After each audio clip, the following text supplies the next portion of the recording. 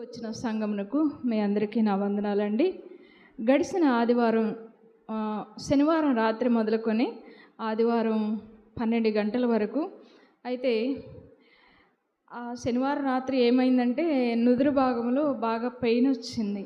ఈ భాగంలో కుడివైపున అదేం చేయదులే, ప్రభువే ఉన్నారు నాకు, ఇంకా నా దిక్కు ప్రభువే కదా, నా తోడు ప్రభువే కదా అని ప్రభు తట్టే చూస్తున్నాను. అలా సోఫాలో ఉండి చాలా వేదన చెందుతున్నాను.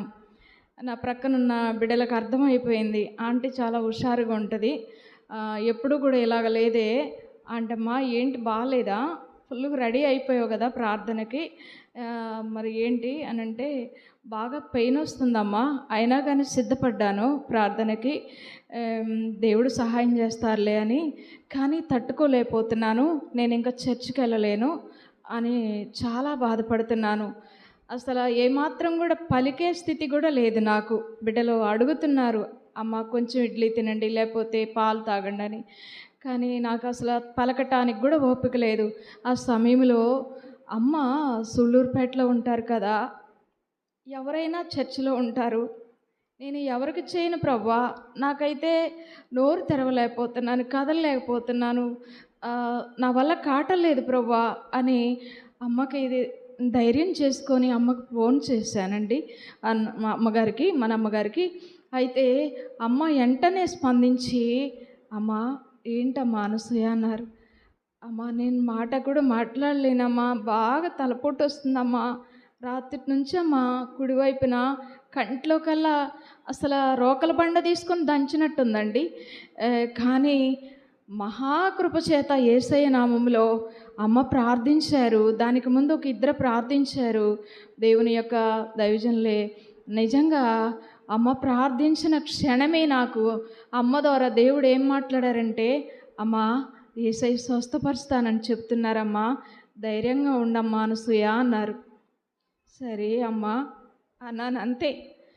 కానీ ఆ నొప్పికి ఎంత నీరసం అయిపోతుందంటే కదలలేని పరిస్థితి. అసలు కళ్ళు తెరవలేకపోతున్నాను, కదలలేకపోతున్నాను, నా వల్ల కాటలేదు ఎట్టి పరిస్థితిలో కూడా. యేసయ్యా యేసయ్యా నా వల్లే కాదయ్యా అని అలాగే కుడి చేత్తో కుడి భాగం అంతా గట్టిగా పట్టుకొని అలా ఉన్నాను, నుదురు భాగం.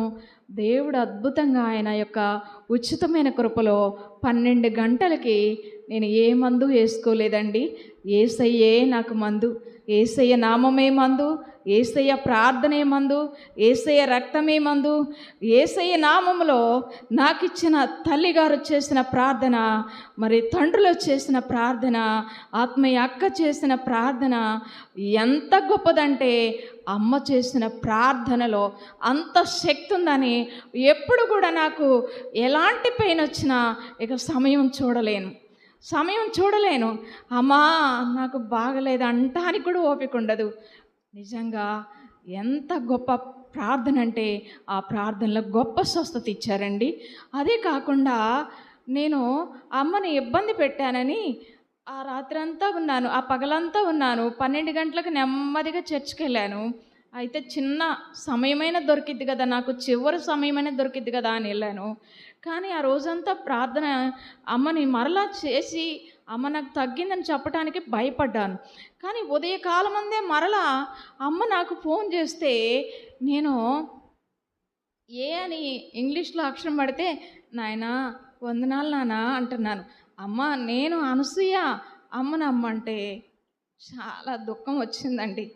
అంత భారం, అంత బాధ్యత, అంత ఆశ, ఆ దైవ నడిపింపు అనేది అమ్మలో నేను ప్రతినిత్యం చూస్తున్నానండి. నా ఎడల చేసిన గొప్ప ప్రార్థనలు అమ్మకిచ్చిన సంఘము.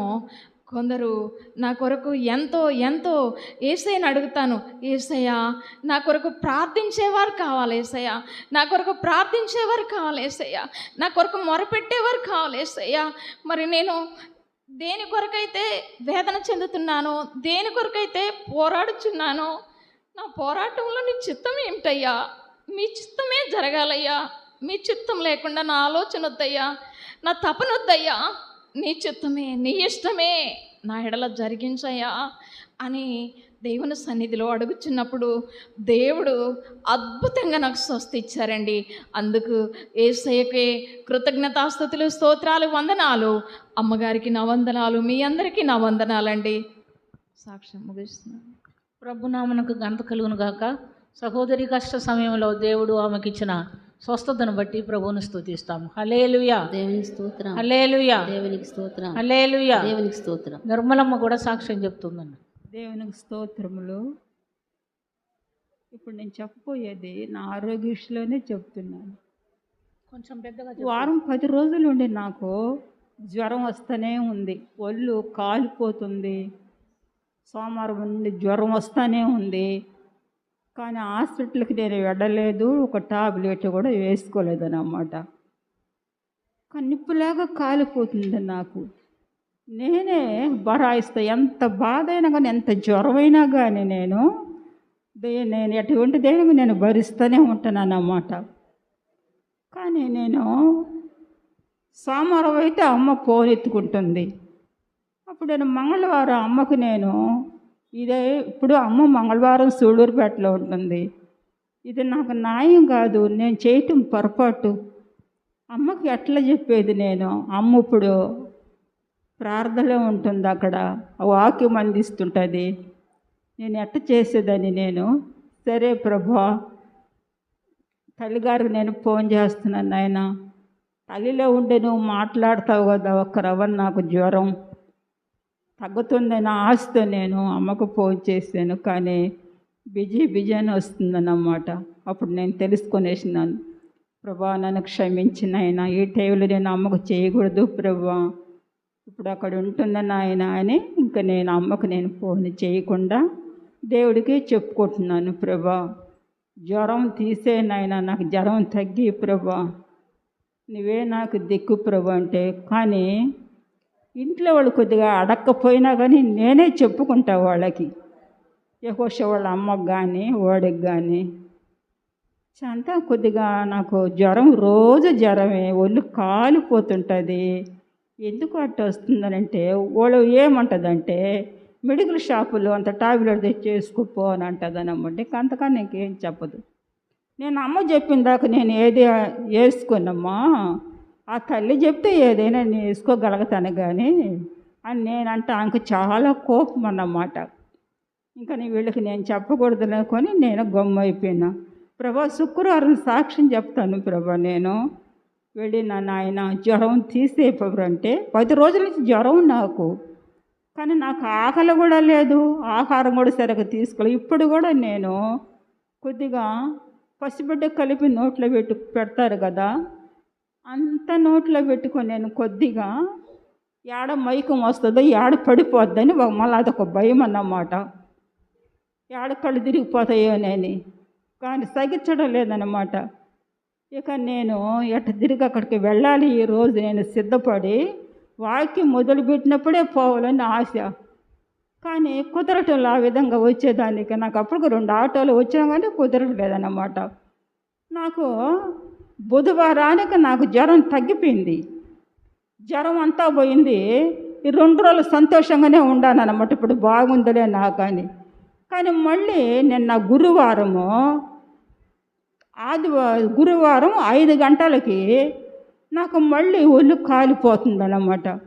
మళ్ళా వచ్చింది జ్వరం నాకు, ఏంది ఈ విధంగా ఉంది అని నేను మనసులో అనుకొని బాధపడి సరేలే శుక్రవారం వచ్చేసిందిలే, రేపే కదా అప్పుడు పోయి అమ్మకు చెప్పొచ్చులే అనుకొని నేను ఆ రాత్రి మటుకు నేను రాత్రి అన్నం కూడా తినలేదన్నమాట. కొద్దిగా టిఫిన్ తెప్పించుకున్నాను అబ్బాయి చేత, ఇడ్లీ తెప్పించుకొని తిన్నాను, ఆ లైఫ్ మాత్రం వేసుకున్నాను. ఇక నాకు కొద్దిగా ప్రార్థన చేసుకుని పండుకొనేసాను. ఇంకా తెల్లారి పైకి లేస్తున్నాను అన్నమాట. ఇంకా అప్పుడు పొద్దున కూడా నేను టిఫిన్ చేసేసినాను. ఇంకా అమ్మ దగ్గరకు వెళ్ళాలి ఈ రోజు అని నేను సిద్ధపడి ఇక నేను అమ్మ దగ్గరకు వచ్చానన్నమాట. మళ్ళీ వచ్చేటప్పుడు మటుకు ఈరోజు మళ్ళీ జ్వరం లేదు, మళ్ళీ తగ్గిపోయింది. ఇక ఇప్పుడు జ్వరం నాకు తగ్గిపోయింది, పోయి వస్తుందన్నమాట. కానీ ఆ డాక్టర్ కాడ పోవట్లో ఒక టాబ్లెట్ మటుకు వేసుకోవట్లా. అయితే దేవుడు ఇంతవరకు నన్ను స్వస్థపరచడు. ఎందుకు వస్తుంది ఊరుకూరుకు ఏందో ఈ జ్వరం అనుకొని నేను సరిపెట్టుకొని దేవుడు చెప్పుకోవటం, ప్రార్థన చేసుకోవటం, అదొకటి. మళ్ళా ఇంకొక విషయం ఏంటంటే, ఈ కుడి ప్రక్క డొక్క ప్రక్కన చాలా ఉన్నట్టుకుండి భయంకరంగా నొప్పి వస్తుందన్నమాట. ఉండి వస్తుంది ఒక 3 రోజుల నుంచి.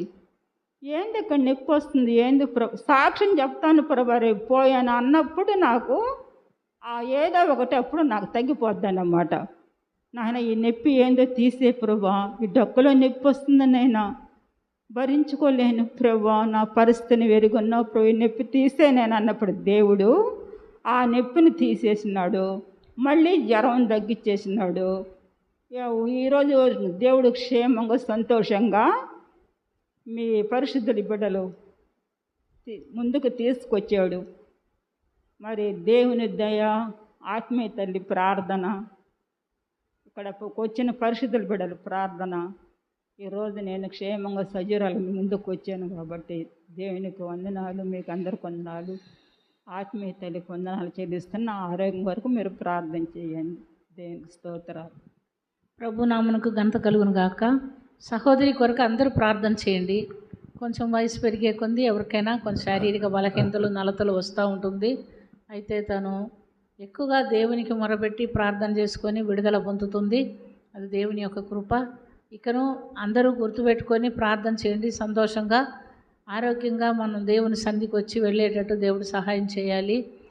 మరి ఫోను నేను కూడా కొంతమంది చేస్తుంటే తీసుకోలేకపోతున్నా.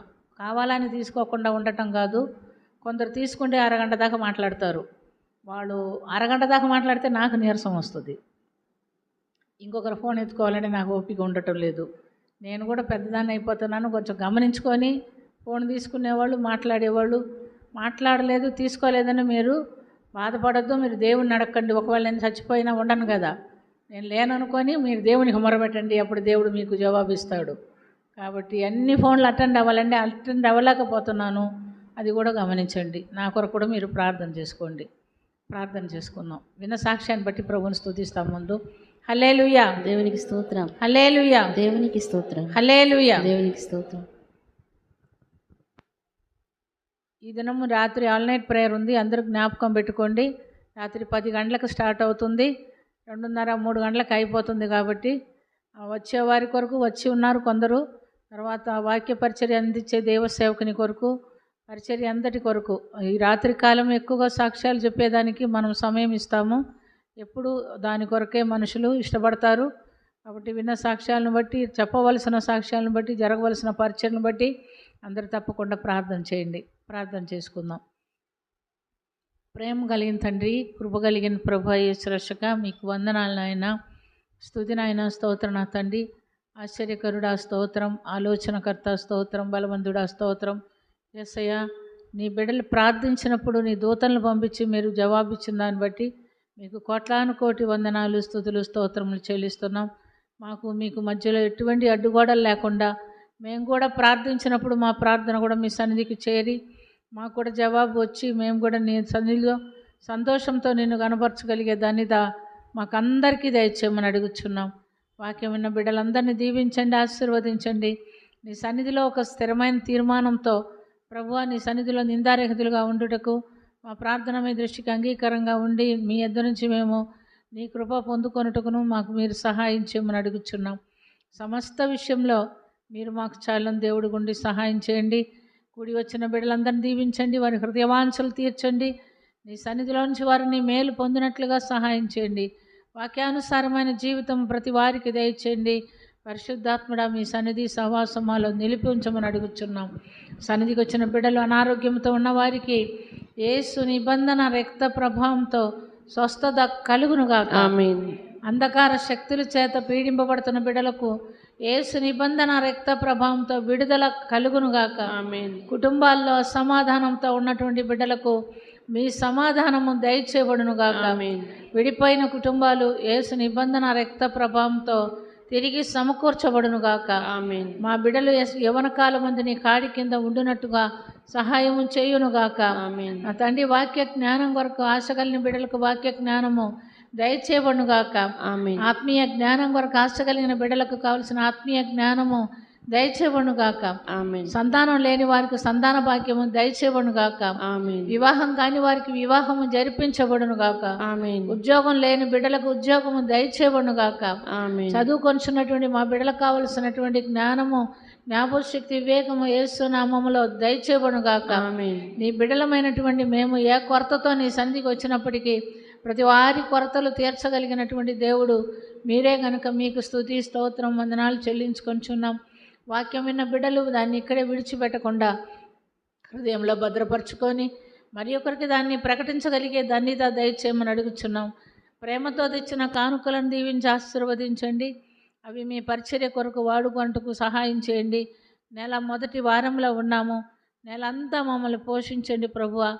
అయ్యా, రుణభారాల్లో ఉన్న వారికి యేసు నిబంధన రక్త ప్రభావంతో రుణ విడుదల కలుగునుగాక. ఆమేన్. తండ్రి, నీ ధారాళంలోంచి, నీ ధనదిలోంచి నీ సమృద్ధి దీవెన అనేకులకు దయచేసి దీవించి బలపరచమని యేసయ్యా, మేమందరము నీ వాక్యానుసారమైన జీవితం జీవించి నీకు సాక్షులుగా ఉండుటకు సహాయం చేయమని ప్రార్థన ఆలకించినందుకు స్తుతి, స్తోత్రం చెల్లించుకొంచు యేసుక్రీస్తు పుణ్యనామమున అది మిక్కిలి వినయంతో అడిగి వేడుకొంచున్నాము తండ్రి. ఆమేన్.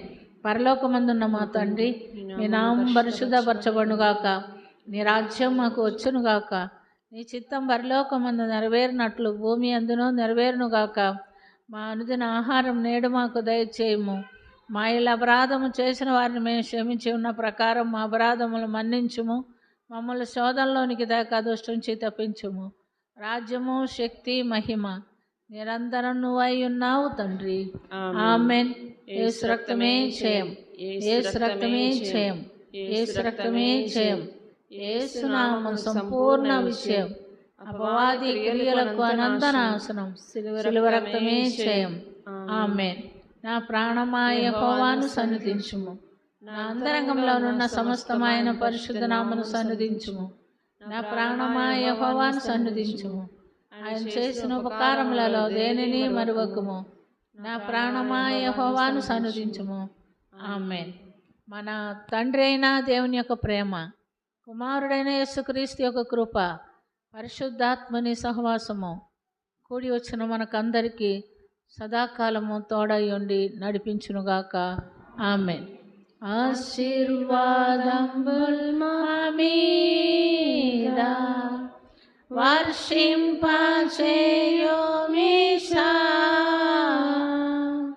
ఆశతో నమ్మియున్నాము నీ సత్య వాగ్దత్తము. ఈ మాహి మీద కృమ్మరించుము దేవా, క్రమ్మర ప్రేమ వర్షంబు కృమ్మరించుము దేవా. ఆమేన్. హల్లెలూయా. దేవునికి స్తోత్రం. హల్లెలూయా. దేవునికి స్తోత్రం. హల్లెలూయా. దేవునికి స్తోత్రం. హల్లెలూయా. దేవునికి స్తోత్రం. హల్లెలూయా. దేవునికి స్తోత్రం. హల్లెలూయా. దేవునికి స్తోత్రం. హల్లెలూయా. దేవునికి స్తోత్రం. అందరికీ వందనాలు. దేవుని స్తోత్రం.